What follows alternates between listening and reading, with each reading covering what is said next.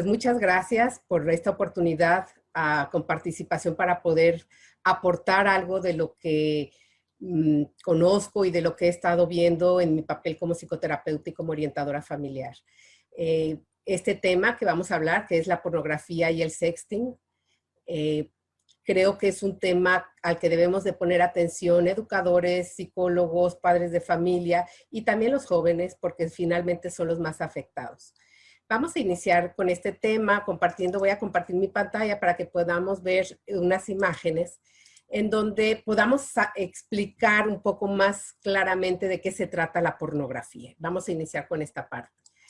La pornografía es un tema que tiene que ver con la prostitución. Desde su raíz etimológica, es un tratado de la prostitución, lo cual significa que alguien está vendiendo un cuerpo, que alguien está comprando cuerpo cuando hace uso de la pornografía.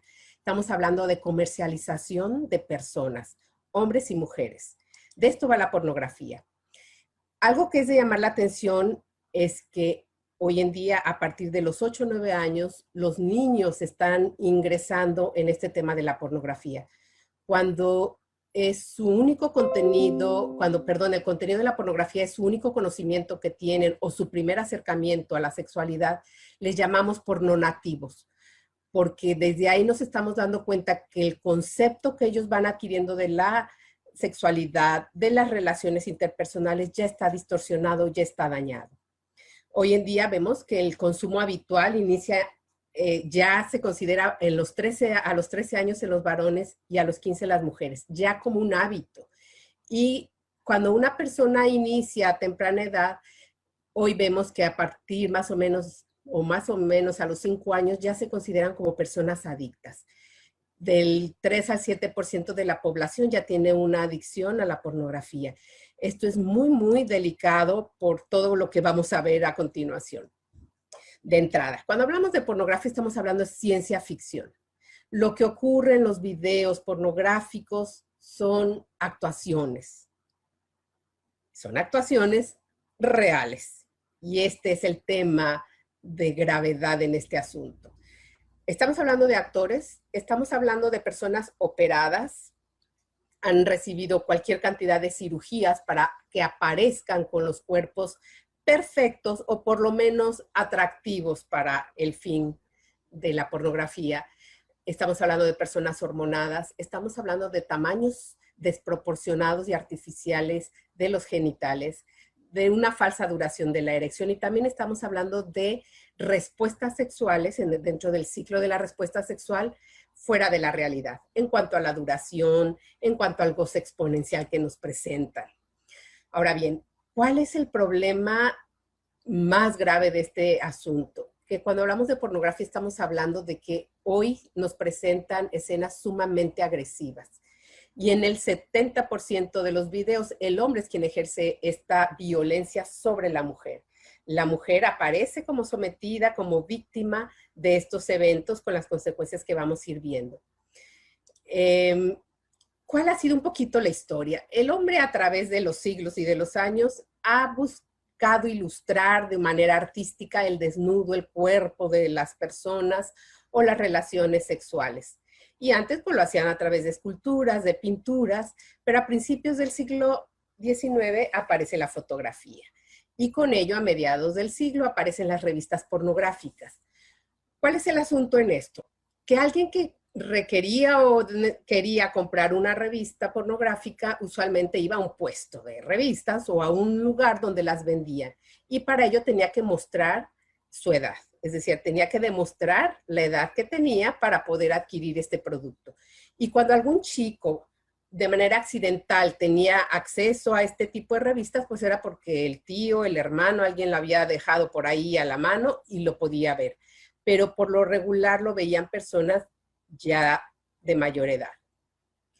Pero luego aparece el video y con esto pues cualquier cantidad de cintas, de imágenes ya en una reproducción muy realista de lo que ocurre en el acto sexual. Y bueno, aparece el internet y entonces todo este tipo de videos que antes requeríamos ir a un centro y demostrar la edad para poderlo comprar, hoy está al alcance de la mano de cualquier persona. Y esto es el riesgo que hoy tiene la pornografía, que cualquiera puede acceder a ella. Y justamente es uno de los graves problemas por los que se ha potenciado su uso, porque es accesible a todo mundo. Basta que tengan una conexión a Internet, ya sea a través de un celular, de una tablet, de una PC, de una laptop, para que puedan acceder a estos contenidos. Otro de las cosas que lo ha potenciado es que es asequible, no tiene costo. Hay costo para ciertos sitios que sí van a cobrarles, pero ya es en un nivel más avanzado de la pornografía, que son cierto tipo de contenidos, y ciertamente en esas páginas ya pueden tener chats con personas que están interesadas en el tema, en donde pueden intercambiarse entre ellos mismos videos, links y otro tipo de información. Pero normalmente cualquier joven, cualquier adolescente, cualquier niño puede tener acceso a esto de la pornografía sin costo, gratuitamente. Y luego todos nos escondemos bajo el anonimato. Es decir, nadie se va a dar cuenta de quién ve pornografía. Nadie se va a enterar que alguien ve pornografía. Y entonces esto hace de su consumo muy habitual. Hace unos 20 años el tema de la pornografía se consideraba un tema, una cuestión moral, pero hoy es un tema de salud mental. O de unos 10 años a la fecha empezamos los terapeutas a recibir personas con problemas de un abuso de la pornografía y en muchos casos de una adicción. Y aquí vamos viendo algunos de los aspectos de la pornografía. ¿Cuál es el resultado natural de ver pornografía? Que la persona se va a excitar. Y una persona excitada va a recurrir, generalmente, si está sola, si está aislada, va a recurrir a la masturbación. Con lo cual va a haber una liberación de neurotransmisores del placer, como es la dopamina. Y en un momento dado, si esta persona que ve pornografía acaba teniendo relaciones sexuales con otra persona, va a liberar oxitocina, que es la hormona o el neurotransmisor del apego. Y entonces, si no es una relación con una pareja estable, la persona que tiene relaciones casuales o relaciones con personas con quien no hay un lazo afectivo, sí empieza a generar un lazo de apego, empieza a haber una vinculación, con lo cual en un momento dado se pueden generar relaciones tóxicas o relaciones codependientes, en donde alguien puede estar con una persona sin amor, con una persona con la que no le ata nada, con la que no quiere compartir la vida, pero está en una liga de apego. ¿Por qué? Porque al tener relaciones sexuales ha liberado este tipo de hormonas, tanto el hombre como la mujer, que van a generar este apego. Entonces, estas son cuestiones que hay que tomar en cuenta como parte de esta pornografía. Ahora, yo creo que una cuestión que a los padres de familia o que a un usuario de la pornografía puede considerar importante es cómo sé que yo ya no soy un aficionado a la pornografía, sino que ya di un paso más y que estoy camino o que ya estoy en la adicción. Bueno, hay ciertas señales. Una de ellas es el tiempo que se le dedica a ver pornografía. Generalmente las personas inician, pues a lo mejor viendo pornografía una vez al mes. Estos chicos, estos niños de 8, 9 años, 10 años que pueden tener acceso a la pornografía, la primera vez es muy probable que haya sido de forma accidental. Yo misma me he topado con imágenes pornográficas buscando una imagen para una presentación. En una ocasión puse fiesta y excuso decirles el tipo de imágenes que me aparecieron. Y luego yo todavía dije, no, voy a especificar que lo que quiero son imágenes de una foto infantil. Y me salieron cuestiones pornográficas con niños. Entonces, ¿cuál es aquí el asunto? Que los niños pueden tener acceso por dos causas, de forma accidental o por curiosidad. Entonces, la primera vez, las subsiguientes a lo mejor es una vez al mes, una vez cada 2 meses, pero cuando ya esto empieza a ser un hábito de todos los viernes, de todos los sábados, de los domingos que estoy aburrido, de a lo mejor ya 2, 3 veces por semana, ya es una alerta de que estoy camino a una adicción. Cuando yo uso la pornografía como una respuesta a mis estados de ánimos, es muy probable que caiga ya en un asunto de adicción. ¿Qué significa esto? Que una persona ve pornografía porque está triste, o porque está enojada, o porque está deprimida, o porque está ansiosa. y entonces no sabe cómo manejar sus emociones y lo que recurre es a la pornografía con la subsecuente excitación, masturbación y por supuesto después se va a relajar y se va a sentir diferente por la cantidad de hormonas del placer que se han liberado. Entonces cuando yo me doy cuenta o una persona se da cuenta que empieza a haber una conexión entre la pornografía y su estado emocional, foco rojo, ¿sí? Otra de las causas es que esta persona haga uso de la pornografía como un premio ante sus logros. Hace un examen, me lo merezco. Me merezco ver pornografía.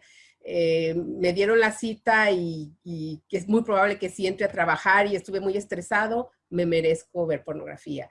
Me dieron el trabajo, pornografía. Es decir, cuando yo ya uso esta pornografía como una forma de premiarme mis logros. Es como un yo me lo merezco.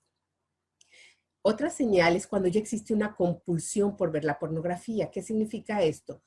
Una compulsión generalmente viene precedida por obsesiones, por pensamientos obsesivos recurrentes que están aquí en mi mente y que estoy rumiando. Y es cuando empiezo, ay, ya quiero que se vayan todos para poder encerrarme y ver pornografía.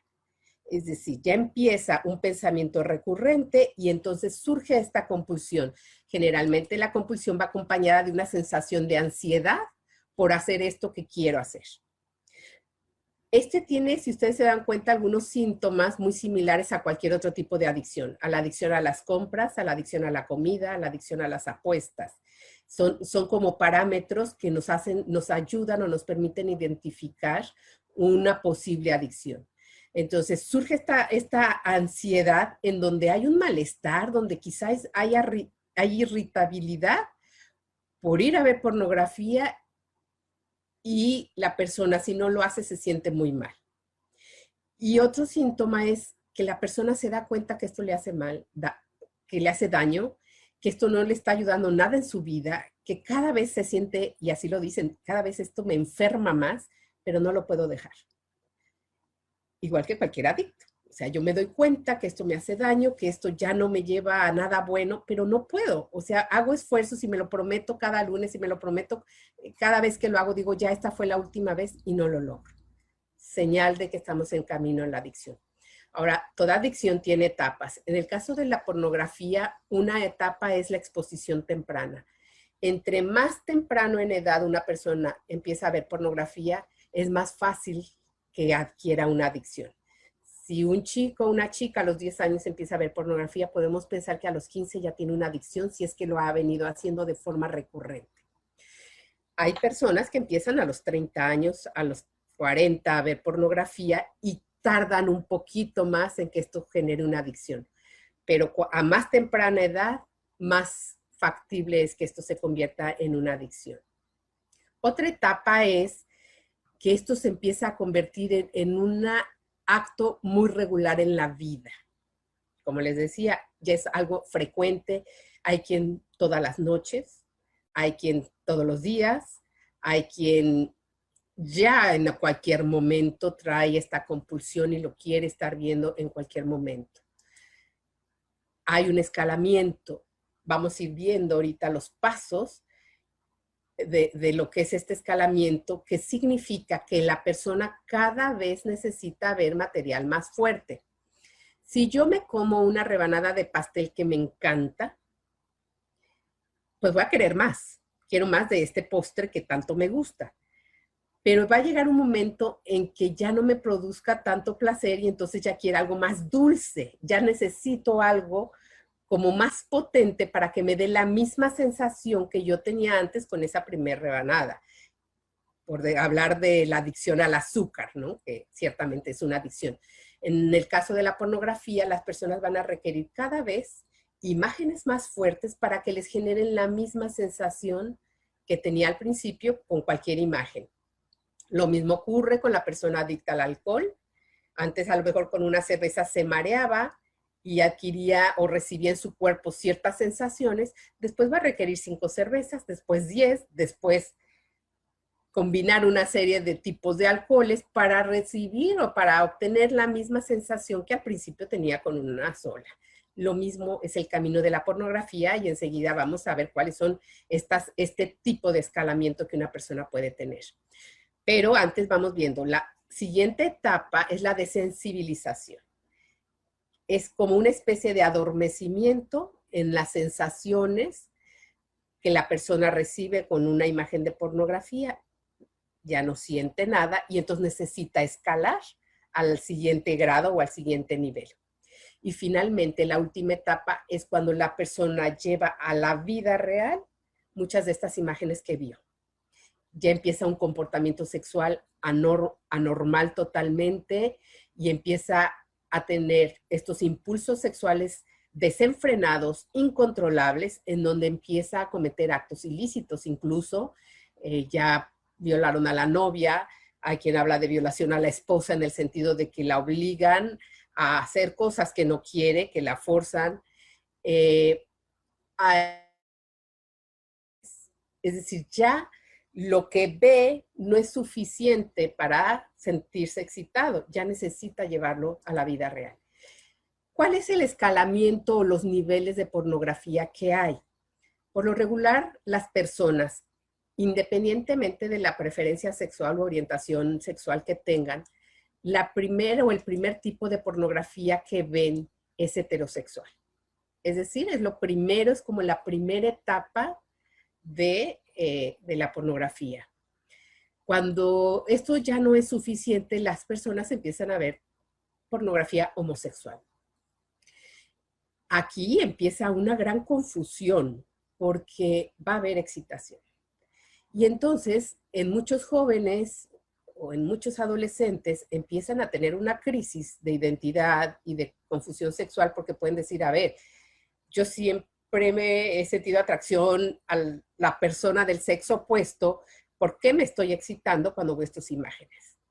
Entonces, soy homosexual y entonces empieza a haber una confusión muy fuerte en la persona porque se empieza a excitar con este tipo de pornografía.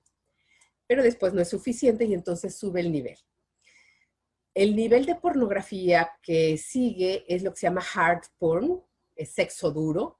A veces, y déjenme decirlo, es como la primera imagen que muchos jóvenes refieren que ven.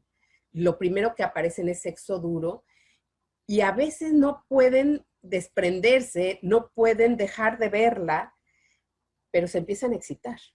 Y el sexo duro habla de una agresividad brutal hacia la mujer. Hay golpes, hay estrangulamiento, hay a veces un verdadero martirio, hay tortura, en donde refieren que hay escenas en donde la mujer pide ya pararlo, pide renunciar, dice que eso ya no le está gustando, que eso no era lo que ella esperaba, y todo lo dejan en las escenas. Todo queda en los videos de sexualidad, de pornografía, y eso genera excitación en muchos. Y entonces empiezan a ligar la pornografía a la agresividad, a la violencia, y entonces una mayor confusión. Y también aquí empieza una confusión de tipo moral y espiritual, porque empiezan a cuestionarse, ¿por qué esto me está excitando? ¿Por qué esto me genera placer? Cuando yo no estoy de acuerdo en la violencia, cuando yo no estoy de acuerdo en la agresividad, y esto pasa en hombres y mujeres.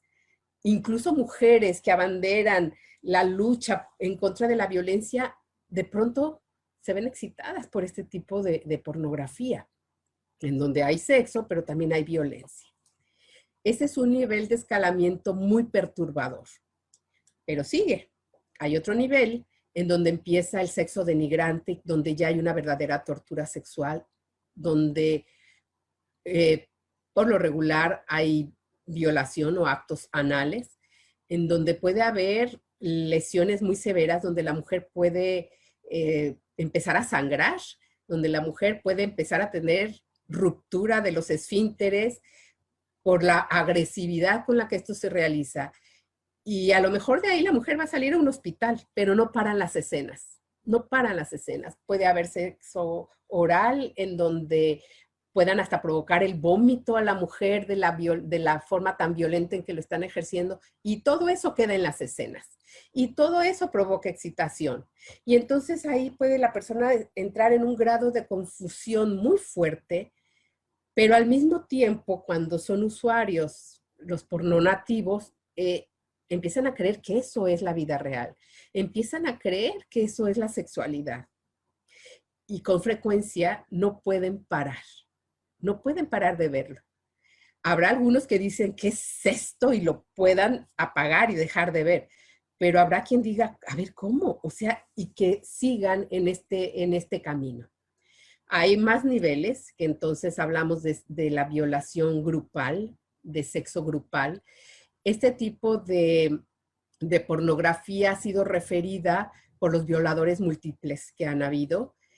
Tenemos ahorita un caso en España donde acaban de apresar y están en todo el proceso. Le llaman allá manadas, que es el sexo en manadas. Fue una violación en manada. Y estos chicos referían que ellos veían este tipo de pornografía, donde habían pues violaciones grupales o sexo grupal, y pues ya llegan a llevárselo a la vida práctica. Aquí en México nosotros tuvimos un caso, el de los porquis en Veracruz, que fue algo muy similar. Entonces llega un momento que por supuesto está enferma, ¿sí?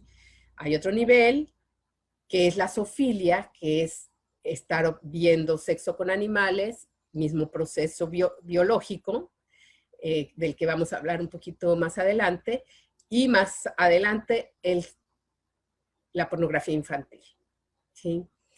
Dentro de todo este paquete, ¿cuál es la intención? Desvincular el sexo, la sexualidad de lo que es la persona en su integridad. Es desvincular a la persona de sus dimensiones espiritual, afectiva, social, intelectual, volitiva, es decir, tratar el sexo como si fuera el puro cuerpo que se pudiera desprender y desvincular de todo lo demás, lo cual no es factible, porque en toda relación sexual está la persona involucrada y está toda su persona, su área intelectual va a tener recuerdos, esas imágenes no se le van a borrar, va a tener fantasías, va a tener sueños, va a tener imaginación. Entonces su área intelectual va a estar totalmente integrada a lo que está pasando con su cuerpo, a lo que está pasando con su área espiritual, con su confusión o no psicológica.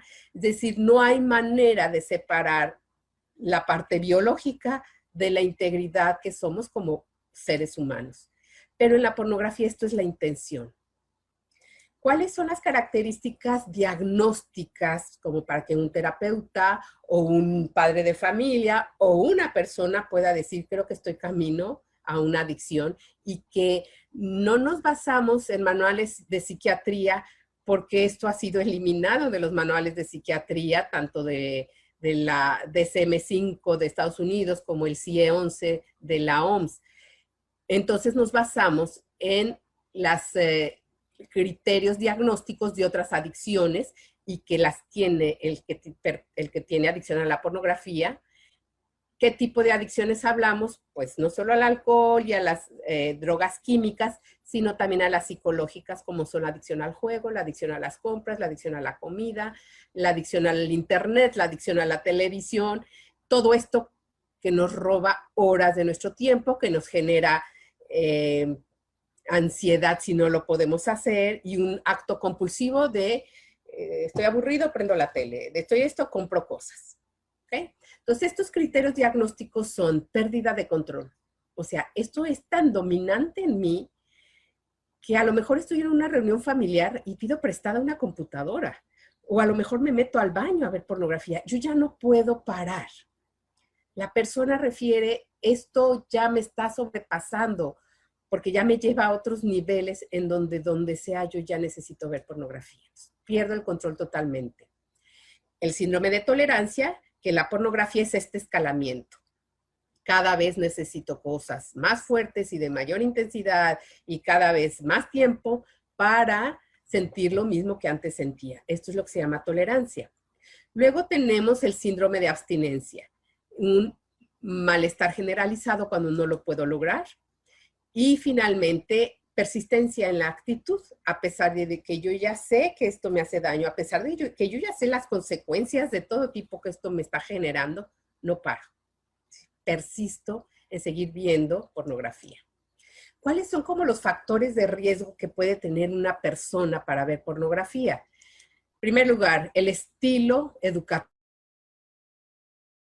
Podemos tener un estilo de educación sexual totalmente nulo, inexistente, en donde yo no tengo ningún tipo de conversación con mis hijos en este tema y entonces por curiosidad, porque el amigo les dice, porque el amigo les mandó un link, entonces acceden a la pornografía. Este sería un tipo de educación en donde los padres casi no intervienen. Otro es el que sea un tipo de educación sexual muy restrictiva, en donde todo está mal, todo es pecado, donde todo es muy censurado y castigado. Y otro tipo de educación sexual es que sea totalmente permisiva, donde todo se vale, donde todo se permite. Este tipo de padres, por ejemplo, son aquellos que le dice la esposa, oye, me di cuenta que el hijo estaba viendo pornografía. Ay, ¿qué tiene? Todos lo hicimos. Esto es permisividad, porque nunca va a ser el mismo tipo de pornografía el que el papá, si acaso lo hacía, veía en una revista pornográfica, que lo que hoy su hijo está viendo en el celular. No tiene ni punto de comparación. ¿Sí? ¿Cómo educamos la sexualidad? Con el día a día, con la forma en la que se relacionan el padre y la madre, en la forma en la que tocamos, acariciamos, compartimos la afectividad con nuestros hijos. Es una forma de educar en la sexualidad. Entonces, sí educamos. A querer o no querer, educamos en la sexualidad, pero tenemos que tocar estos temas. Y hoy tenemos que tocar este tema de la pornografía con los hijos. Pues que a nuestros papás nadie los educó en la sexualidad. A nosotros nadie nos educó. Todavía mi generación, los papás hablaban muy poco de este tema. Quizá nosotros todavía no hablamos al 100% con nuestros hijos de estos temas. Y entonces hoy, los papás de hoy sí requieren prepararse como mucho más para poderlo hacer, porque los riesgos de hoy son todavía mayores que los que nosotros estuvimos expuestos. Entonces, el tipo de educación va a ser un factor de riesgo, ¿sí? En el tema de la pornografía. Otro va a ser cuando yo me doy cuenta que mi hijo tiene dificultad en entablar relaciones interpersonales, puede ser un factor de riesgo, porque alguien que no se relaciona, alguien que no tiene amigos, va a tender al aislamiento. Y en el aislamiento pueden ocurrir todo este tipo de situaciones en donde desde por accidente puede empezar a ver pornografía hasta por curiosidad o por interés propio. Entonces, si yo tengo un hijo o si yo soy una persona con problemas en mis relaciones interpersonales, necesito trabajar en mis habilidades sociales, necesito trabajar en desarrollar todo esto que me ayuda a generar amigos. Y cuando hablo de habilidades sociales me refiero a hábitos, me refiero a todas estas virtudes sociales con las que nadie nacemos, ¿sí? Nadie nace simpático, se adquiere. Nadie nace de buen humor, se adquiere practicándolo. Nadie nace comprensivo ni empático. No, todo eso se adquiere. Entonces necesitamos ayudar a nuestros hijos o yo trabajar en mí una serie de hábitos sociales que me ayuden a generar amistad, que me ayuden a entablar relaciones interpersonales que me van a limitar un poco en esta parte de la pornografía, porque yo ya no voy a querer estar aislado, yo ya voy a querer estar con gente. Y ojo, hoy, durante esta cuarentena que estamos viviendo, ha sido un factor de riesgo y no solo es un factor de riesgo, es un hecho que el consumo de la pornografía sea exponencial. ¿Por qué? Porque están ahí aburridos, están encerrados, tienen todo su laptop, su iPad o su celular, porque es como están tomando clases, y entonces la facilidad de acceso pues ha aumentado también. ¿Qué otro factor de riesgo? Bueno, cuando las personas no tienen relaciones de pareja sanas, muchos novios o muchos esposos o esposas han relatado que acceden a la pornografía porque con su pareja no tienen mayor relación y entonces es como un escape, ¿sí? Que les va a causar mucho más daño que buscar solución a sus problemas de pareja, pero es un factor de riesgo. Ya vimos que cuando una persona tiene dificultad de gestionar sus emociones, cuando no se sabe controlar su enojo, cuando no sabe qué hacer con la ansiedad, puede ser un alto factor de riesgo para incurrir en la pornografía.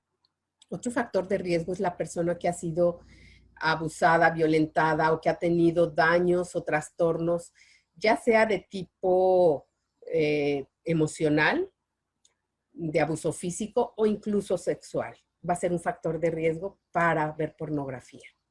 Otro factor de riesgo es el estilo de apego que la persona tiene con otros. Si la persona tiende a tener relaciones codependientes, si la persona tiende a tener relaciones y apegos inseguros, puede ser un factor de riesgo. La baja autoestima es un factor de riesgo porque esto va a generar pocas amistades, esto va a generar mayor aislamiento, pero es un círculo vicioso porque una persona de baja autoestima que empieza a ver pornografía le va a dar como una consecuencia personal que todavía esa baja autoestima que ella tenía le baje más. ¿Por qué? Porque ahí está viendo cuerpos casi perfectos, está viendo cosas que no son reales y empieza a compararse con esas modelos que están operadas por todos lados, pero que nos lo empiezan a presentar como un modelo. Y tan es así que en la vida real muchas personas empiezan a copiar esos cuerpos que presentan en la pornografía. ¿Sí? Cuando una persona tiene problemas de identidad o las familias negligentes. ¿Qué es una familia negligente? La que no supervisa, la que no está pendiente de lo que están viendo sus hijos en las redes sociales. La que sabe que su hijo tiene una televisión y que la ve a las 10, 11 de la noche y ni siquiera se va a asomar que está viendo. Entonces, cuando la persona tiene fuera de control la vida de sus hijos sin comunicación, pues estamos hablando de una familia negligente. A ver, la pornografía tiene un mensaje falso o varios que es importante tomar en cuenta. Para la pornografía el sexo solo tiene que ver con el placer, no tiene que ver con una persona que siente, con una persona que necesita, que tiene necesidades, que necesita sentirse cuidada, respetada, querida. Es decir, desvinculan esta parte afectiva o intentan del placer o del sexo y nos enfocan en como si el sexo fuera algo meramente genital, cosa que no lo es. Otra cosa muy riesgosa es que la pornografía legitima, banaliza y normaliza las agresiones a la mujer. Cuando yo les pregunto a algunas mujeres, bueno, ¿y tú cuando ves pornografía y ves estos golpes y estos maltratos a la mujer, no sientes que algo está mal? Pues sí, pero ¿qué tiene? Empiezan a verlo normal y se empieza, por supuesto, a asociar el placer a la agresividad, la virilidad y la agresividad a la sexualidad. Vamos a tocar, perdón, un tema muy importante, que es el sexting. El sexting es enviar por mensajes de texto imágenes o videos, por lo regular, de la persona que lo está enviando y generalmente son escenas en donde están en poca ropa, en escasa ropa o sin ropa. A veces es de mutuo acuerdo, muchas veces es hecho por chantaje, por manipulación, como una prueba de amor se exige, pero se accede. Es decir, aquí es donde hablamos de baja autoestima. ¿Qué tanta presión le ponen a mi hija para que ella acceda a mandar estas fotos con tal de que el fulanito le diga que la acepta y que la quiere? O tú, muchachita, ¿qué tanto te valoras como para acceder a enviar este tipo de material? Porque cuando tú envías este material, tú te conviertes en este actor pornográfico. Tú te estás pornificando. Tú te estás convirtiendo en estas imágenes que en el momento que tú mandas fuera de tu celular, pierdes totalmente el control de lo que va a ocurrir con esto. Y este es un tema de violencia cibernética que hoy estamos viviendo como no tienen idea. Pero yo fui la que accedí a mandar estas fotos. Yo fui la que banalicé, la que perdí el pudor, la que perdí el respeto a mí misma y a mi intimidad, porque creí que él me iba a respetar, pero si yo no me respeto, ¿cómo voy a esperar que me respete? Cuando alguien pide este tipo de imágenes, pues no es alguien que te quiera bien, porque no necesita tener tu foto desnuda en un celular. Entonces no te quiere a ti, quiere una imagen como bien puede ser cualquier imagen pornográfica.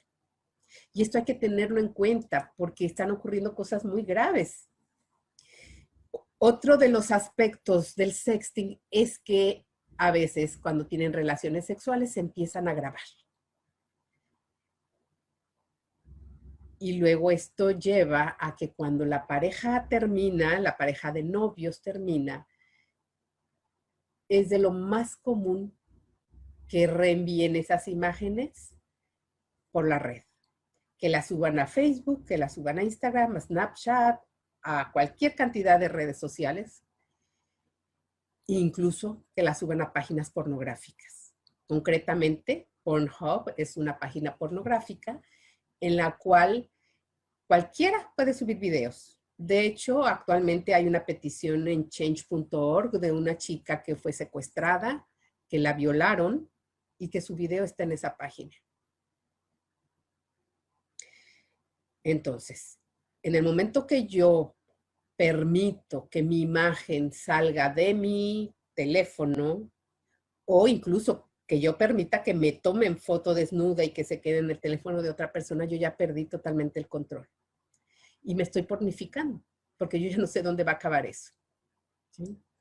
Ahora, ¿por qué lo hacen? Bueno, pues generalmente esto pasa en las parejas de novios, también lo hemos visto en parejas de amantes y que muchas veces la esposa se entera porque ve la foto en el celular del esposo y puede ser de común acuerdo, pero cuando terminan se da lo que se llama porn revenge o venganza pornográfica y sobre todo si terminan en malas condiciones en donde se difunde.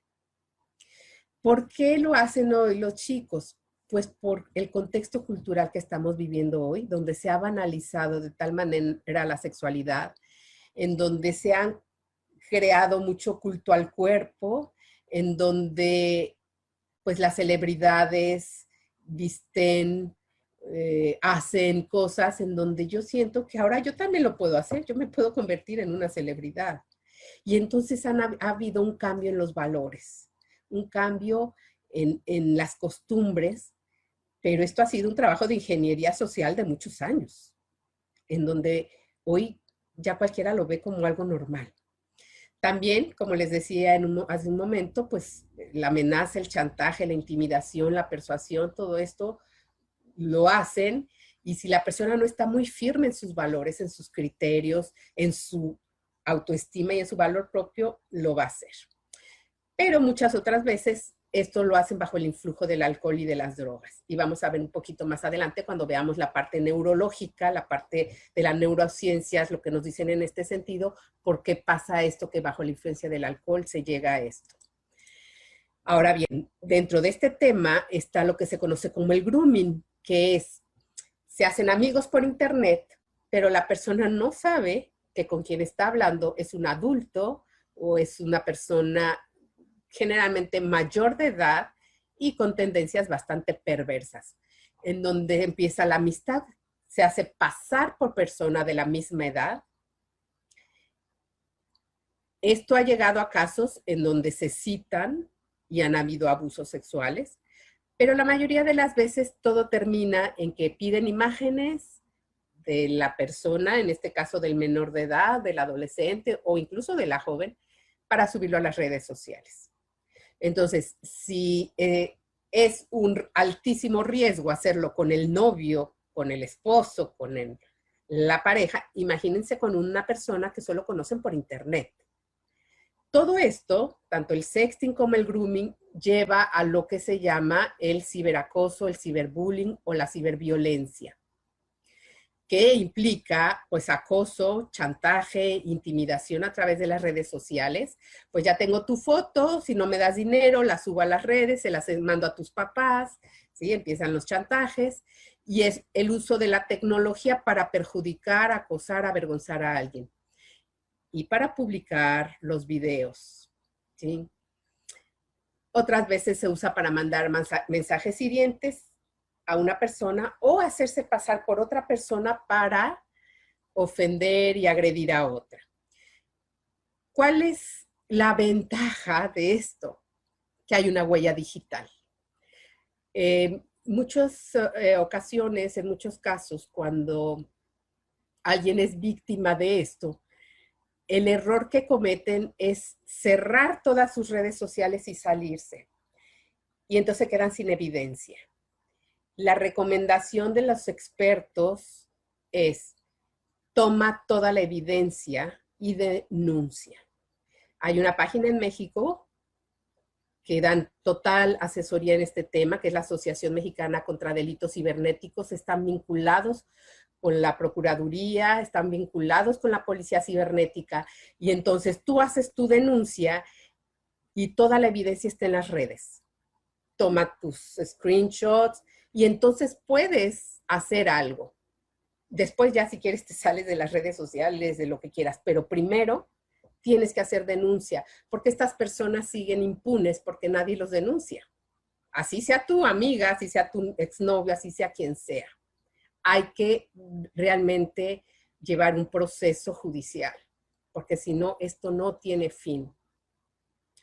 Pero bueno, ¿cómo llegamos a esto? Pues es uno de los altísimos riesgos de las redes sociales, y en donde muchas veces somos nosotros quienes proporcionamos la información, y no solo eso, nuestra imagen, nuestras fotos, y fotos muy, muy riesgosas para tener en redes sociales.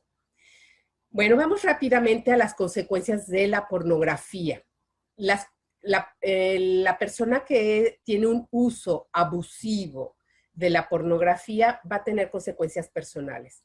Una es la pérdida o reducción de la autoestima, que ya habíamos visto, el sentimiento de incapacidad, de que yo no puedo conmigo misma, de que yo no puedo con mi cuerpo, que yo no puedo con mis tendencias, de que hay algo mal en mí, porque no puedo parar esto. Por supuesto, la culpa y la vergüenza, porque si mis papás se enteraran de lo que yo estoy viendo allí en mi recámara a un lado de ellos, que es vergonzoso, porque excitarme viendo sexo infantil, porque excitarme viendo cómo golpean a una mujer, llega a ser vergonzoso. Y es donde les digo que hay una afectación psicológica muy profunda. Entonces, la culpa, la vergüenza no me la quito. Este sentimiento de soledad, de esclavitud, de impotencia, generalmente se manifiesta con unas conductas agresivas. La persona se pone violenta con todo mundo porque realmente está enojado consigo mismo. Hay incremento en el pobre autoconcepto, que va a llevar a que las chicas se quieran hacer una y otra cirugía, y ya se operan toda la cara y ya se ponen implantes por aquí, por allá, se quitan cintura y no están satisfechas. Porque el problema no está en el aspecto físico, el problema ya está dentro de mí, que yo ya no estoy satisfecha conmigo misma.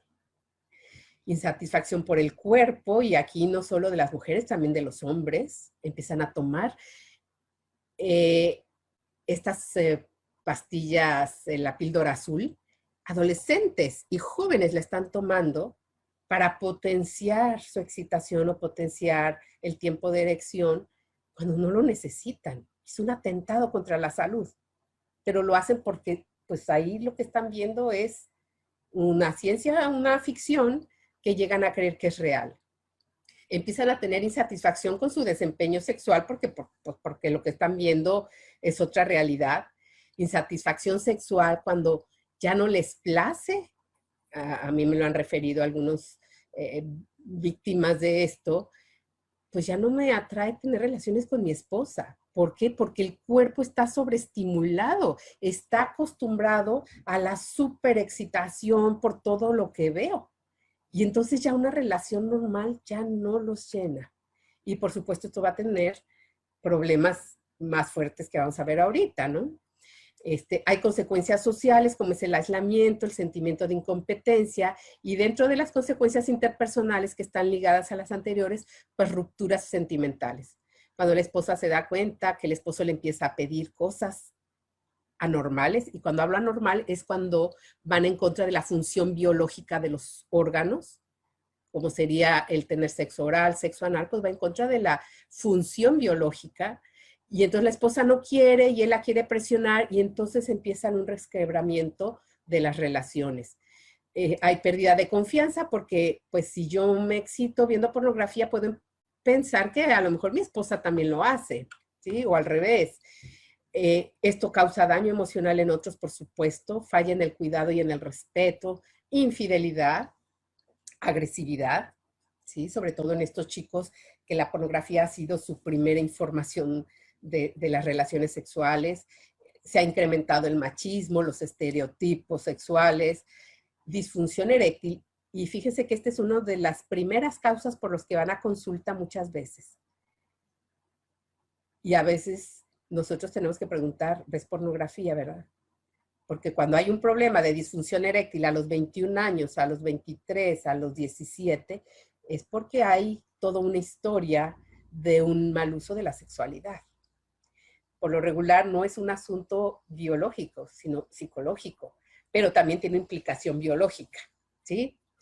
Va a haber problemas de eyaculación precoz. ¿Por qué es esto? Porque cuando una persona ve pornografía, ya dijimos que generalmente se masturba y entonces su cuerpo se empieza a acostumbrar a sí mismo, a su ritmo, a su presión, a su movimiento. Y entonces cuando tiene relaciones con otra persona no es satisfactorio, porque su cuerpo ya se acostumbró a lo suyo. Y entonces puede ser que se tenga retardo en la eyaculación o precoz. Esto por lo regular pasa con los hombres. También hay insatisfacción sexual, desintegración de las relaciones, aburrimiento en la sexualidad, ya el sexo normal no les atrae, empieza la comparación del cuerpo de su esposa, de su novia con los de las actrices, incluso hay esposos o novios que financian las cirugías para que tengan cuerpos pues más pornificados, por así decirlo. Y bueno, hay presión por el rendimiento sexual, miedo al fracaso sexual, y esto genera que entonces yo ya no tenga relaciones sexuales normales porque pues me da miedo fracasar en el desempeño. Y bueno, hay consecuencias económicas.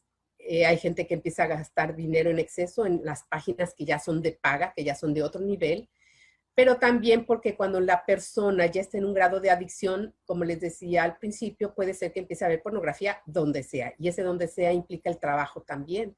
Y entonces, ¿qué pasa? Que por lo regular las computadoras, donde es muy común que vean pornografía, empiezan a infectarse de virus. Y entonces a la hora de las revisiones empiezan a darse cuenta de toda la cantidad de páginas pornográficas que son visitadas y entonces hay despidos laborales. Entonces económicamente también empiezan a comprar juguetes sexuales y una serie de cosas porque lo normal ya no les satisface. También va a haber consecuencias legales cuando ya hay actos de violencia, de violación, cuando hay el tema de la pornografía infantil o de los abusos en manada de los que hablábamos. También se va a empezar a facilitar la conducta agresiva, como les decía, se fortalecen los estereotipos de género, se instrumentaliza a la mujer. O sea, tú me sirves para darme placer, eres una cosa que no sé si tú sientes, si no sé qué necesitas, simplemente te uso. ¿Sí? También va a haber promiscuidad, porque muchas veces en la pornografía y sobre todo si están en sitios donde ya hay chats, pues va a empezar a buscarse para hacer en vivo lo que vemos en las escenas. Se pierde la capacidad de sentir compasión y empatía. En los adolescentes va a generar relaciones tóxicas, por lo que hablábamos de la oxitocina que se libera al tener relaciones sexuales, y esto va a generar relaciones de dependencia y tóxicas, agresivas y violentas.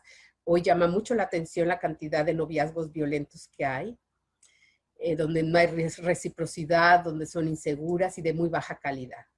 También va a tener como consecuencia conductas inapropiadas, como es la masturbación, los encuentros múltiples con desconocidos para actos sexuales, la contratación de prostitutas para que me haga lo que yo he visto que hacen ahí o para yo hacer, el cibersexo, el uso de líneas eróticas y los niveles de pornografía de los que ya hablamos.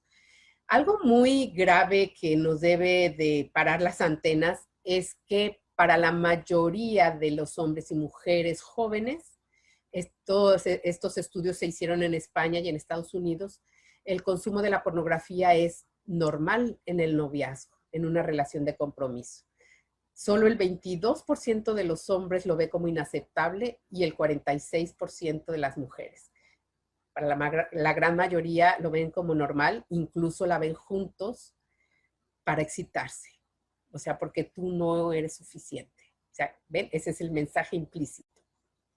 Se normaliza el sexo casual, permisivo y promiscuo, aumenta las relaciones de riesgo, favorece las relaciones de pareja, o sea, extradiádicas con otras parejas. Se han creado nuevos valores sexuales y la mujer tiende a pornificarse en la forma de hablar, en la forma de comportarse y de vestirse. Yo veo a veces fotografías que salen en el periódico de un cumpleaños y las poses que tienen, incluso las niñas, no son de una niña. Son poses provocativas, poses sensuales. Y somos las mamás a veces las que provocamos. A ver, ponte así, ponte asado. A una niña. Estamos adultificando a las niñas. Y esto se nota en la forma en la que se viste la gente. Esta es una revista de deportes. Y estas son las modelos de esa revista de deportes. Y quien diseña esta moda son hombres. Estamos pornificando a la mujer, pero también a las niñas. Estamos adultificando. Hace poco había todavía aquí yo estoy en Sinaloa, en Culiacán, había concursos de belleza infantil. Dentro de las características hablaban de belleza, del cuerpo y de la cara, aparte de los talentos, ¿no? De tener talentos. Afortunadamente estuvimos haciendo mucha presión y se lograron cancelar, porque tú no puedes juzgar la belleza de una niña. Ven cómo vamos a los estereotipos. ¿En base a qué tú vas a juzgar o a calificar para un concurso la belleza de una niña? Y entonces lo hacemos en la medida de una adulta y las pintan y las peinan y las visten como una adultita. Ojo a los papás, no pornifiquemos a las niñas. Y cuando hablo del vestir, también de la música que escuchan. Vamos viendo la parte neurológica, la parte de la neurociencia. ¿Qué nos dicen en relación a la pornografía? Bueno, todas las personas tenemos un sistema de recompensa que se ubica en la zona límbica. Nuestro cerebro tiene 2 hemisferios y en los 2 hemisferios tenemos esta zona límbica y por lo tanto esta zona o sistema de recompensa. Vamos ubicando como si esta fuera el hemisferio derecho, como si lo estuviéramos viendo por dentro, es decir, del centro hacia afuera, hemisferio derecho. Vamos a hablar de 3 zonas importantísimas. Esta parte, que es el cerebelo y el tronco cerebral, son la parte, algunos le llaman el cerebro reptiliano, es en la parte del cerebro que controla todas las funciones vegetativas o autónomas. ¿Qué es esto? Aquí se controla todo lo que tiene que ver con el funcionamiento de los sistemas respiratorio, circulatorio, endocrino, digestivo, nervioso, autónomo. Aquí está todo lo que yo de forma consciente no puedo controlar. Por ejemplo, si yo tengo una digestión lenta, por más que yo diga, a ver, intestino, acelera la digestión, pues no lo voy a lograr. ¿Por qué? Porque eso no está bajo mi control de la voluntad. Esto se trabaja de forma autónoma. Ahorita vamos a ver lo que sí puedo hacer. Pero como que dar la orden para que el corazón no lata tan acelerado, para que yo no sude tanto, no es posible, porque esto está controlado por una zona inconsciente. Y esta zona controla 2 instintos básicos que tenemos las personas. El instinto de conservación de la vida y el instinto de conservación de la especie. Es decir, mi sobrevivencia y la perpetuación de la especie están controladas por esta parte del cerebro. De tal manera que aquí yo percibo de forma inconsciente el hambre y para sobrevivir necesito comer y entonces inmediatamente manda la señal al sistema consciente y entonces dice, tengo hambre, quiero comer, necesito comer. Y entonces tenemos otra parte del cerebro que es la parte consciente, que es la corteza cerebral, pero tenemos un área que es la corteza prefrontal. prefrontal.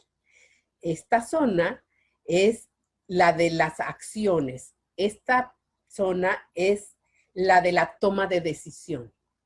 En esta zona está todo lo que hace que yo pueda frenar, pueda detener algo de mí o pueda darle cauce. Entonces, esta parte del cerebro dice, hey, tengo hambre, hey, necesito ir al baño, hey, tengo sed, hey, estoy cansada, necesito dormir. Y esta otra parte que recibe la señal dice, espera tantito, ya va a terminar. Aguanta tantito a la hora del recreo. Aguántame, sí. Es decir, esta es la parte que dice, contengo los esfínteres que sí son voluntarios. ¿Sí? Entonces, aquí está controlado todo lo que hace que yo sobreviva, como comer, como dormir, pero también aquí está el impulso sexual, con el fin de preservar la especie. Este instinto, por más que hoy hablemos de separar la sexualidad de la reproducción, va ligado, porque yo tengo ese instinto para perpetuar la especie. Y eso hay que tenerlo muy en claro, porque la sexualidad va a tener consecuencias, que va a ser un embarazo. Es la consecuencia natural. Es la mayor expresión de un cuerpo que funciona perfectamente bien. Consciente, esta parte es ajena a mi voluntad y esta parte me va a hacer que yo tenga respuestas biológicas. Cuando una persona ve pornografía, llega la señal al cerebro y empiezan a haber respuestas biológicas naturales, que es la excitación. La excitación es una respuesta natural. Lo que yo hago con esa excitación sí entra dentro del campo de mi voluntad y de mi toma de decisión. Ahora, tenemos otra zona que es esta zona límbica, que es la zona de las emociones, la zona de la afectividad, y es aquí donde está el sistema de recompensa. Todo lo que yo siento, alegría, enojo, aquí hay señales, pero también aquí, porque cuando yo me enojo, mi cuerpo va a liberar una serie de sustancias y de hormonas, tanto a nivel cerebral como a nivel de las glándulas suprarrenales, que son las que están arriba del riñón, que ahí se va a liberar cortisol y noradrenalina cuando me enojo o cuando estoy estresada, o va a liberar dopamina cuando estoy contenta. Es decir, somos una integridad, no podemos separarlos. Todo lo que pasa en mi cuerpo pasa por todo lo que yo soy. Entonces, está la zona inconsciente, la del tronco, está la zona límbica, está la corteza consciente, donde está la memoria, la inteligencia, el pensamiento, la reflexión, todo esto, y está la zona prefrontal de la voluntad. Esta zona es la que nos distingue de todos los seres humanos. Perdón, de todos los seres vivientes. Es exclusivamente humana. Un ejemplo, el perrito percibe un olor. Percibe que la perrita está en celo. Aquí llega este olor y esta zona empieza a emitir una respuesta instintiva. Voy tras la perra. El perro no piensa, híjole, hay 10 perros antes que yo. Me va a tardar mucho. No, el perro ahí van 20 tras la perrita. ¿Por qué? Porque el instinto los lleva. En los seres humanos hay una distinción. Cuando a alguien le dicen, oye, pues mira, éntrale esta chava, si le entra. Hay respuestas, pero hay un pensamiento que me dice, a ver, si esta chava le entra, quiere decir que es promiscua, quiere decir que ha tenido relaciones con muchas personas y quiere decir que me puede pegar una infección. O, pues sí, ella le entra, pero yo no estoy buscando esto. Yo estoy buscando otro tipo de... Y entonces la voluntad elige y decide, que esa es la maravilla de la voluntad, tomar decisiones. Y entonces digo, bueno, pues allá ella, pero yo no le entro. Y entonces se sale, porque como persona yo tengo esta capacidad, yo tengo esta habilidad de decir, no quiero. Oye, pero me enojé. Esto es aquí en el área inconsciente. El sistema límbico me manda la señal de que estoy enojada. y lo voy a sentir en el cuerpo y me va a palpitar el corazón. Lo siento y eso no tiene juicio de si es bueno o malo. Lo que yo haga con ese enojo sí va a depender de mí, va a depender de mi decisión, va a depender de si yo freno eso o si le doy otro cauce o si lo hablo o lo que hago con eso. Entonces tenemos dos áreas que son semi-inconscientes, que van a mandar respuestas a mi consciente, como la sensación del hambre me va a llegar aquí. Ah, ya siento hambre. Necesito ir al baño. Me van a llegar a la parte consciente para que yo decida qué hacer con ello. Las emociones igual. Me van a llegar el mensaje a mi parte inconsciente para que yo decida qué hacer con eso. ¿Ok? Vamos a tratar de entender qué pasa ahora con el sistema de recompensa. Resulta que tenemos tres áreas importantes dentro de este sistema de recompensa. Uno se llama el núcleo caudal, el núcleo ventral estriado, que sería este, y que si ustedes se dan cuenta está dentro de la parte inconsciente. ¿Sí? Esta zona libera dopamina. Cuando yo siento placer, cuando yo siento agrado, libera dopamina, que la va a disparar principalmente a otro núcleo que se llama accumbens. Y si ustedes se fijan, este núcleo ya está en la parte consciente. Y entonces yo me doy cuenta que sentí placer. Me comí una rebanada de pastel exquisito, liberé dopamina y me llegó a la parte consciente y dije, ¡ay, qué delicia! Esto qué riquísimo está. Y entonces, ¿qué pasa? Que esto que yo recibo en la parte prefrontal activa el sistema, digamos, de motivación para que yo coma más de esto que me causó este placer. Y entonces se activa como un circuito para que yo vaya tras eso que es tan agradable. ¿Sí? Y se activa en la corteza prefrontal. Es decir, aquí es donde yo digo, ay, eso está exquisito, quiero más. Y entonces voy a buscar aquello que me causó placer y se activa. Y empieza el circuito. Hay otro núcleo que es el caudal estriado y que tómenlo en cuenta porque va a tener consecuencias neurológicas con el uso de la pornografía. Entonces, aquí queda un poco más claramente, dentro de esta zona inconsciente, dentro de esta zona vegetativa, se va a liberar la dopamina. Yo no soy responsable de que se libere la dopamina. Siento el placer porque ya llegó esta parte y claro, una parte se va a la zona afectiva, por supuesto. Acuérdense que nuestro cerebro está totalmente interconectado con neuronas y justo el núcleo caudal, el núcleo, ventral o el núcleo accumbens son áreas neuronales que están tan unidas y con tanta conexión que están hechas para que una libere el neurotransmisor, en este caso la dopamina, y la otra neurona con sus receptores la reciba y la manda a otra. Y entonces se hacen estas conexiones sinápticas que van a hacer que aquello que es grato, que aquello que me agrada, yo lo quiera repetir, porque esta sensación del placer se va a esta corteza prefrontal. Ojo, esta zona es la que está implicada en los hábitos. Y esto nos puede llevar a la reflexión de que para que un niño adquiera un hábito que yo quiero que adquiera, tiene que haber cierta parte de agrado, que a veces no lo encuentran. Oye, pero mi hijo no quiere ser ordenado. ¿Cómo lo hago? Lo tiene que hacer. En la medida que repita y repita, se va haciendo el hábito. Pero si yo influyo para que haya cierto tipo de agrado, de placer, de que él siente esta satisfacción de lo logrado, esto va a ser el motivador para que lo quiera volver a hacer. El problema es que muchos de nuestros vicios, aquí hay que hacer esta distinción. Los hábitos buenos son nuestras cualidades, nuestras fortalezas, no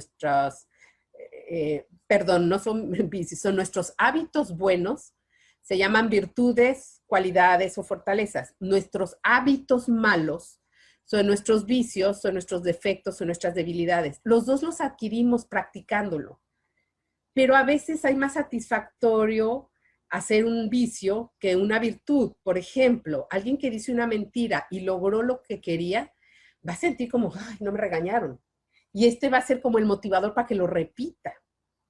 Cuando a veces hace un acto de orden o de decir la verdad y no pasó nada, y entonces no hay una recompensa que haga que yo lo repita. ¿Por qué? Porque muchas veces las recompensas son a largo plazo. La recompensa de que un niño sea ordenado y haga actos de orden y de orden y de orden, la recompensa va a ser cuando entre a secundaria o a preparatoria, en donde ese orden se haya interiorizado y se convierta en una persona organizada. Y eso lo va a detectar muy a largo plazo. Entonces, habría que ver qué hacer para que estos hábitos tengan también cierto grado de placer. Muy bien, entonces esto es muy importante que quede claro porque mi parte inconsciente, la que está fuera de mi control, es la que va a liberar la dopamina y la parte consciente es la que va a recibir este golpe como, eso estuvo maravilloso. Y esta misma parte es la que va a decir, quiero volverlo a hacer. ¿Sí? Ahora, ¿qué va a pasar? Que también dentro del núcleo ventral estriado están facultades que regulan la memoria y la atención. Lo mismo en el ventral estriado, esta cosita verde que vimos. Y el núcleo accumbens, dijimos, es el que está encargado de automatizar tareas y formar hábitos. Entonces ahí el circuito que se hace cuando algo causa placer es, quiero repetir esto. Y ahí se va haciendo el circuito. En la medida de que yo lo repito, se va formando el hábito que después se convierte en adicción y los caminos neurológicos o neuronales más bien que se van haciendo, digamos, las sinapsis que son esta parte que vincula una neurona con otra, se va haciendo como más grueso el camino. Entonces va siendo cada vez, entre más yo lo repito, más difícil romperlo. Más trabajo va a costar que una persona que tiene 10 años viendo pornografía va a ser más difícil que alguien que tiene 3 o que tiene 5. ¿Sí? Y siempre va a ser un poco más fácil o de menos consecuencias en adultos que en jóvenes, por lo que ahorita vamos a ver. Ahora, yo les decía, el núcleo caudado también está implicado en la memoria, en la concentración. Y en las personas adictas a la pornografía, este núcleo se reduce, se encoge de su tamaño. Por lo tanto, la persona que tiene adicción a la pornografía va a manifestar olvidos, va a manifestar poca concentración, poca capacidad de enfocar la atención, ¿sí? Porque neurológicamente hay una afectación. ¿Se puede recuperar? Sí. Nuestro cerebro es sumamente plástico, hay lo que se llama plasticidad neuronal, plasticidad cerebral, en donde puede aprender nuevas rutas sinápticas, puede aprender nuevos caminos y entonces se multiplica el funcionamiento. Va a costar trabajo, pero hay que hacer lo necesario. Y bueno, el lóbulo frontal es lo que nos hace exclusivamente humanos, como les decía, porque es el área de nuestra libertad, es el área de mi toma de decisión. ¿Cuál es el problema con los adolescentes? El cerebro adolescente no está maduro. El cerebro adolescente, o más bien el cerebro humano, tarda en que madure la corteza prefrontal aproximadamente hasta los 21 años. Y si la persona ha hecho uso del alcohol, va a tardar más. Por ello, en Estados Unidos, la edad legal para tomar alcohol es a los 21 años, aunque tomen antes, aunque todas las películas pongan las proms y las fiestas donde se alcoholizan, está prohibido. Está prohibido porque neurológicamente va a causar un daño. Entonces, por un lado, la corteza prefrontal está inmadura.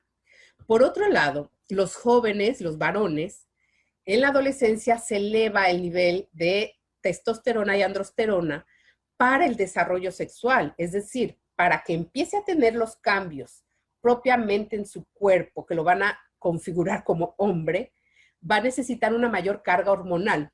Lo mismo que las mujeres con las hormonas femeninas, como son los estrógenos y la progesterona, que son los que van a darle a nuestro cuerpo no solamente la forma femenina, sino que van a empezar a provocar la ovulación. En el caso de los hombres, va a provocar la espermatogénesis. Entonces, estas hormonas están altas. ¿Y qué pasa en los hombres? Que la testosterona es la hormona que también va a generar el apetito sexual, el impulso sexual. Entonces, va a haber un impulso sexual un poco elevado. La corteza prefrontal un poco inmadura. Los circuitos límbicos, toda esta zona de las emociones, están muy sensibles, por eso buscan acción, por eso buscan cosas excitantes, porque están muy sensibles. Y el sistema de dopamina está súper activado. Entonces, todo un coctelito que lamentablemente yo escucho mucho decir, es que hormona mata neurona. Pues sí, en los animales, en las personas no. Hoy tenemos que educar a los adolescentes, a nuestros hijos, de una mucho mejor manera de la que fuimos educados nosotros para que fortalezcan su voluntad, para que puedan decir no, para que se puedan resistir. Y eso se educa desde la infancia, eso se educa en la plena adolescencia, que mi hijo, si le doy un chocolate y le digo es para después de comer, pueda aguantarse las ganas de comérselo hasta después de comer. Pero es tarea de vida. Y es una tarea que va a educar la sexualidad. El que mi hijo tenga una voluntad fuerte, un carácter fuerte, va a ayudarlo en la sexualidad. Hoy tenemos muchas cosas en contra y hago este paréntesis porque me parece importante. En nuestras generaciones no vivíamos con tantas comodidades. Si yo, por ejemplo, iba de viaje con mi familia, en primer lugar íbamos en carros pequeños, no tenían aire acondicionado, no tenían música, y luego éramos 7 hermanos más mis papás y siempre invitados. Íbamos todos apretados en el carro. Las carreteras no tenían casetas, por lo tanto no había ni baños ni tienditas. La música, pues no existían los CDs ni los cassettes, era radio, y pues saliendo a carretera se iba la señal. No llevábamos música, no llevábamos aire acondicionado. Si, por ejemplo, íbamos a Acapulco, pues a veces no podíamos ni bajar el vidrio, sobre todo al pasar por el cañón del Sopilote, porque entraba un aire hirviendo.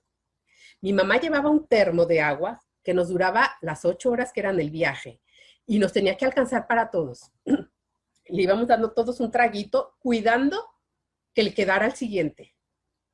Mi mamá llevaba sándwiches, frutas, lo que íbamos a comer en el camino, y si se acababa, se acababa. ¿Ok? ¿Qué pasaba en ese camino, en ese viaje? Que íbamos desarrollando tolerancia a la frustración, paciencia, una enorme cantidad de virtudes de forma natural. Y ya íbamos cantando, y íbamos contando chistes, y ya mi mamá nos decía, vean, a ver qué forma le ven a las nubes, y era una forma de convivir en la que íbamos de forma natural desarrollando virtudes. Había una televisión en casa y por lo tanto los 7 hermanos nos teníamos que turnar o negociar para ver nuestro programa favorito. Okay. ¿Cuál es la realidad de hoy? La realidad de hoy es que nuestros hijos viven una vida mucho más cómoda. Si nos volvemos a este viaje, a Acapulco, de entrada son menos hijos.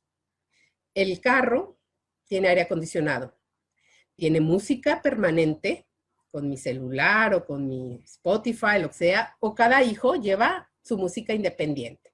Hay televisión, hay casetas a lo largo del camino donde podemos ir parando al baño, donde podemos ir comprando cosas, el lugar más cómodo. Y entonces, ¿qué virtudes desarrollan ahí? Ni generosidad ni nada, de forma natural. ¿Sí? Ahora cada quien tiene una televisión en su cuarto, una computadora, un celular, y entonces, ¿dónde comparten? ¿Dónde se rozan? Entonces, hoy estamos formando generaciones con una voluntad muy débil en un mundo más difícil. Porque aunque mi mamá nos preparó para un mundo difícil, a mí nunca nadie jamás me ofreció una droga, por ejemplo. Y a nuestros hijos por todos lados. El mundo de tentaciones está imparable. Si queríamos un cereal, había 3 opciones en el súper. Hoy hay un pasillo lleno de opciones. E hijos muy poco educados en la toma de decisión. Y luego queremos que el de 3 años tome decisiones que no son propias para su edad. Si a un niño de 3 años le preguntamos qué quiere comer, pues el niño va a pedir algo que le agrade y que sea fácil para comer. Un niño de 3 años va a decidir por el gusto y por lo fácil. Y los papás tendemos a darle eso para no batallar, cuando nosotros deberíamos darle lo que es bueno para él, no lo que es agradable. Entonces, visto desde ese punto de vista, pues sí nos damos cuenta de que nuestros hijos están viviendo un mundo más difícil, y con menos voluntad. Entonces hay que trabajar mucho más.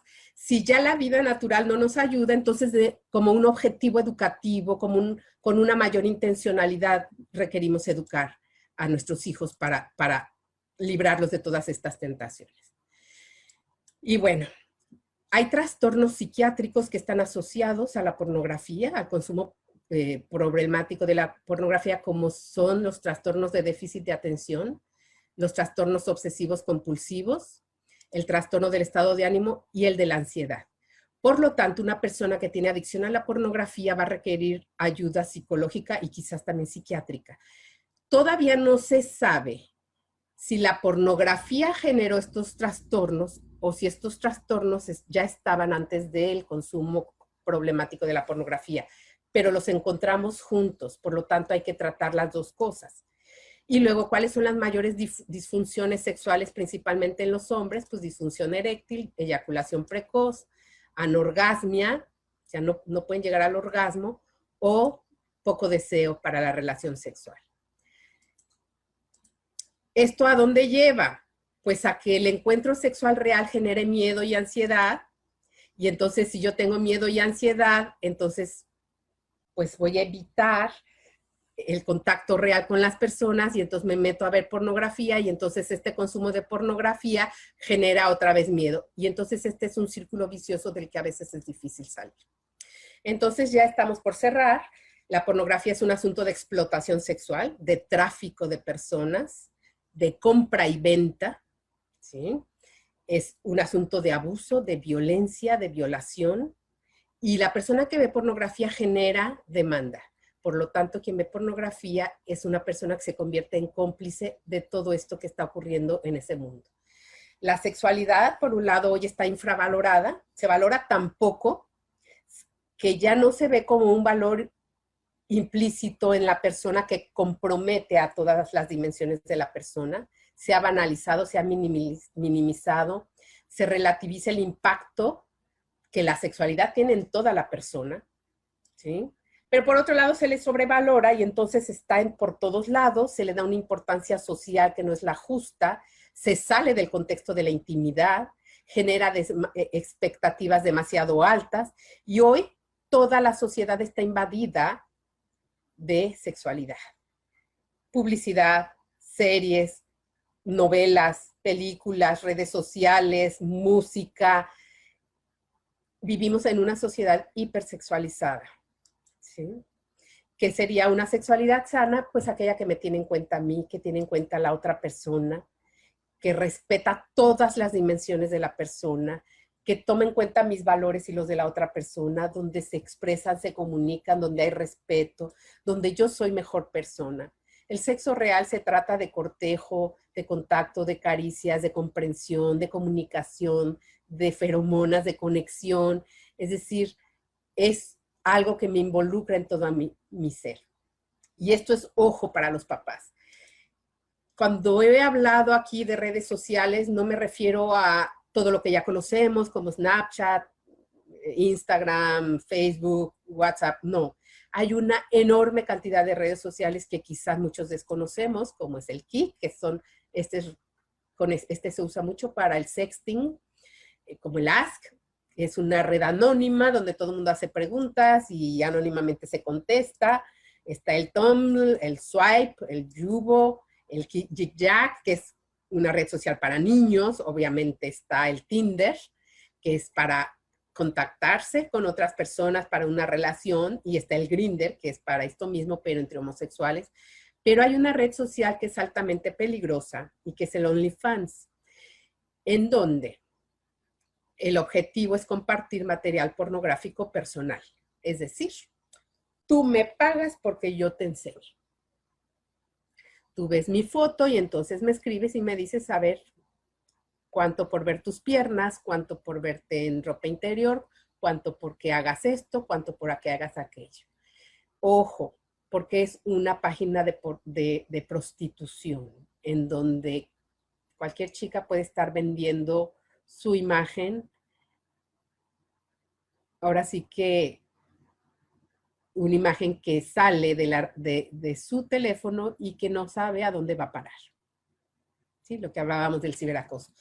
Y ojo, hay que ver cuáles son las redes sociales que están manejando nuestros hijos. Hay que hacerles ver los peligros que hay. De pronto hay que poner con los menores de edad.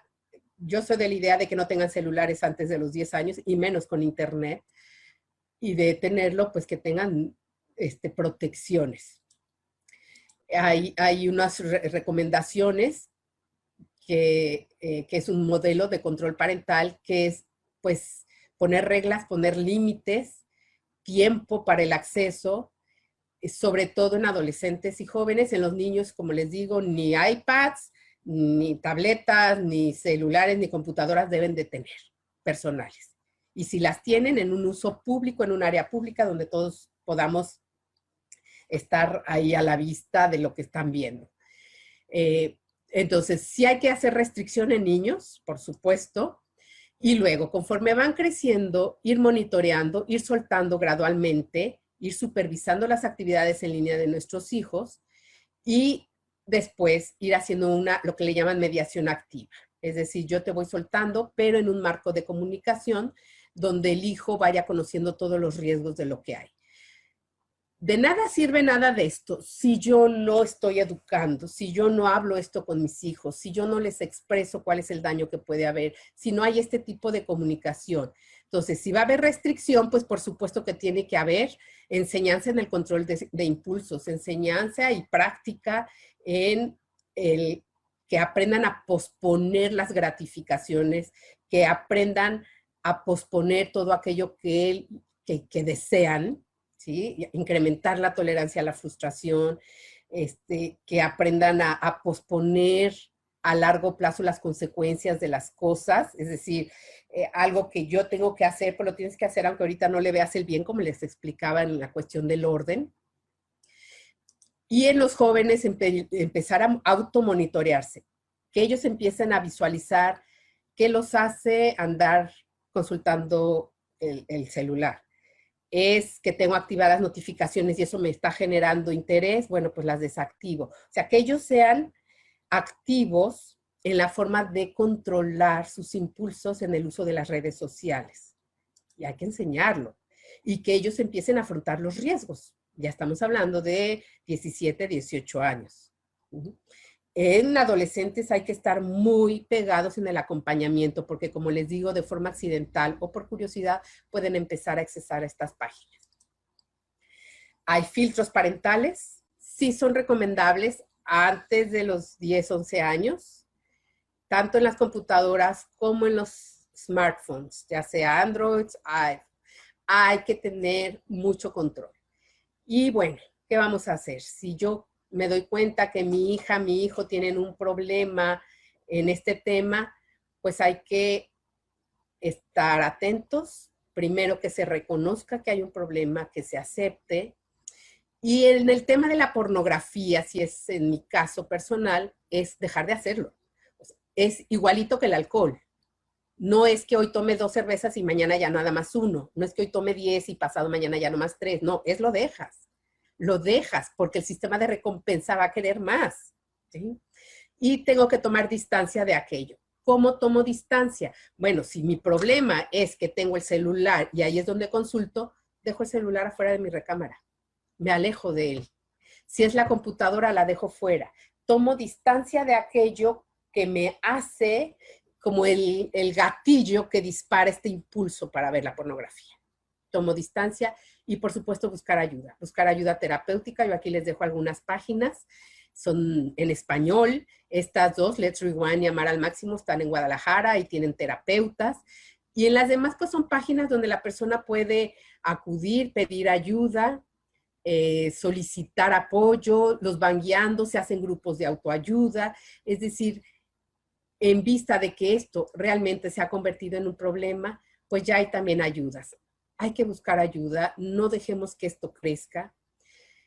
Y bueno, pues por mi parte, yo con esto cierro. Yo espero que les sirva de mucho o que por lo menos les dé luces para darnos cuenta, por un lado, de los riesgos del Internet, por otro lado, de los riesgos de la pornografía, de todo el mundo de consecuencias, del grado de pornografía que hoy existe, del sexting, que es, bueno, convertirme yo ya en un actor de este tema, y que sean como luces para darnos cuenta si esto ya se vive como un problema o si estoy en camino y poder poner un remedio antes. Yo con esto me despido, les agradezco mucho el tiempo que se dediquen para verlo y escuchar, y pues creo que al principio no les dije mi nombre, soy Ana Laura Hernández Meijueiro, y para cualquier duda, para cualquier comentario, pues estoy a la orden. Muchas gracias.